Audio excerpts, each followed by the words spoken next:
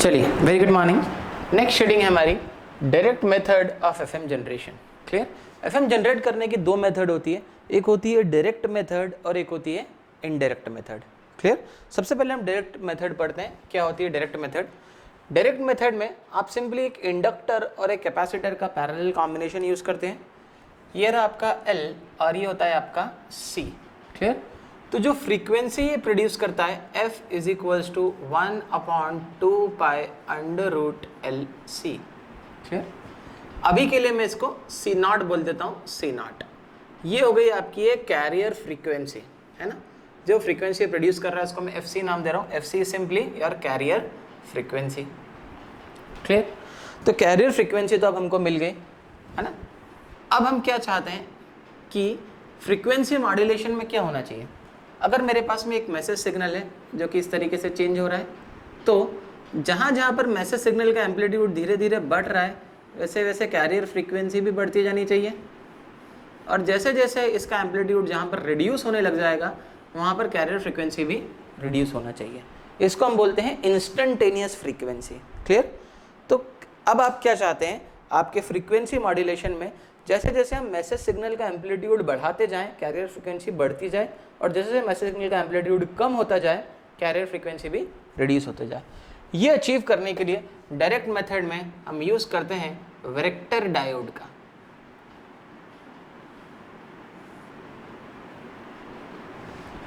Vector diode की अगर मैं बात करूं तो वेक्टर डायोड के अंदर प्रेजेंट होता है ऑलरेडी एक कैपेसिटेंस। क्लियर। कैसे काम करता है हम पहले थोड़ा सा इसको समझ लेते हैं वेक्टर डायोड को। वेक्टर डायोड कुछ भी नहीं, एक नॉर्मल पीएन जंक्शन है। क्लियर। नॉर्मल पी और एन जंक्शन मिला के आपका एक वेक्टर डायोड बनता है, जहां पर यूजुअली आप उसको रिवर्स बायस में यूज करते हैं। क्लियर। इसके अंदर जो कैपेसिटेंस डेवलप होता है वो डिप्लीशन लेयर में डेवलप होता है। तो C is equals to epsilon A/D। D जो होता है वो कुछ भी नहीं, सिंपली विड्थ होती है आपकी डिप्लीशन लेयर की।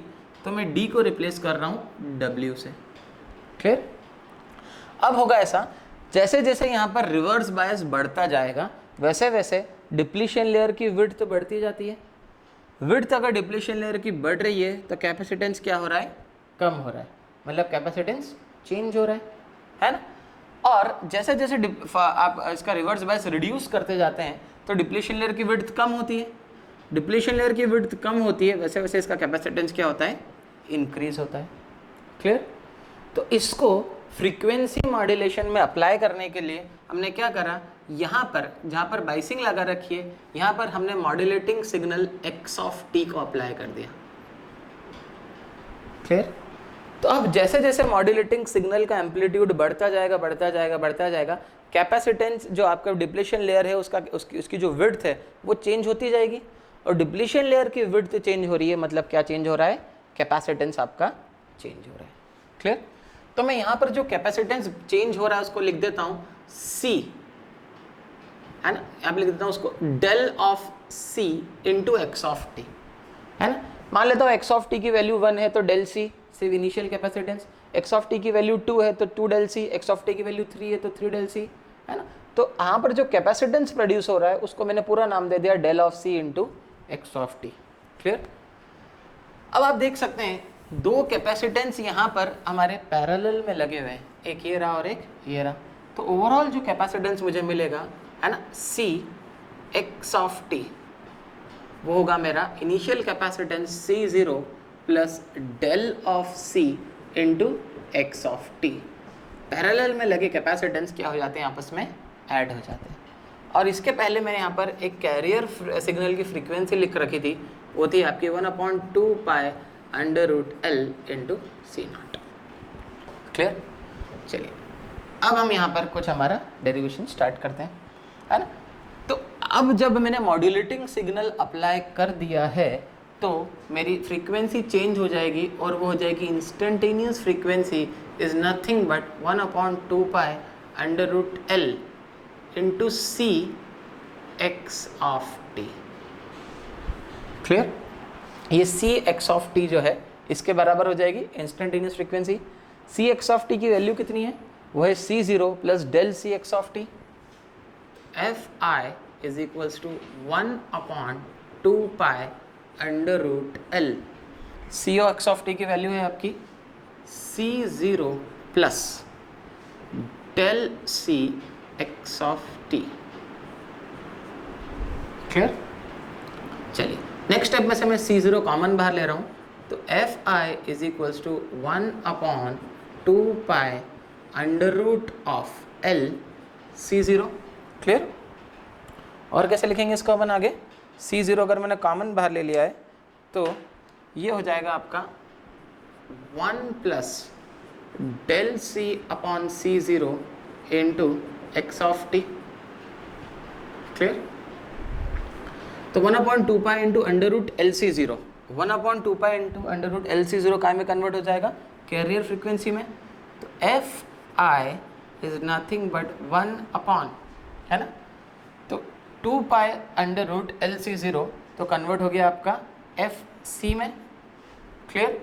और मैं इसको लिख सकता हूँ अंडर रूट, और ये जो बची हुई टर्म है ये उठ के ऊपर जाएगी अंडर रूट वाली, तो ऊपर जो बाकी रह जाएगा वो हो जाएगा, आई एम सॉरी डिनोमिनेटर में नहीं आएगा ये, मैं इसको इस तरीके से रिप्रेजेंट कर रहा हूँ 1/2 अंडर रूट एल C0, इसको तो मैं लिख देता हूँ कैरियर फ्रीक्वेंसी एफ सी, और बची हुई टर्म डिनोमिनेटर से उठ के जब न्यूमरेटर में जाएगी तो हो जाएगी 1 plus del C upon C0 into x of t की पावर 1/2, है ना।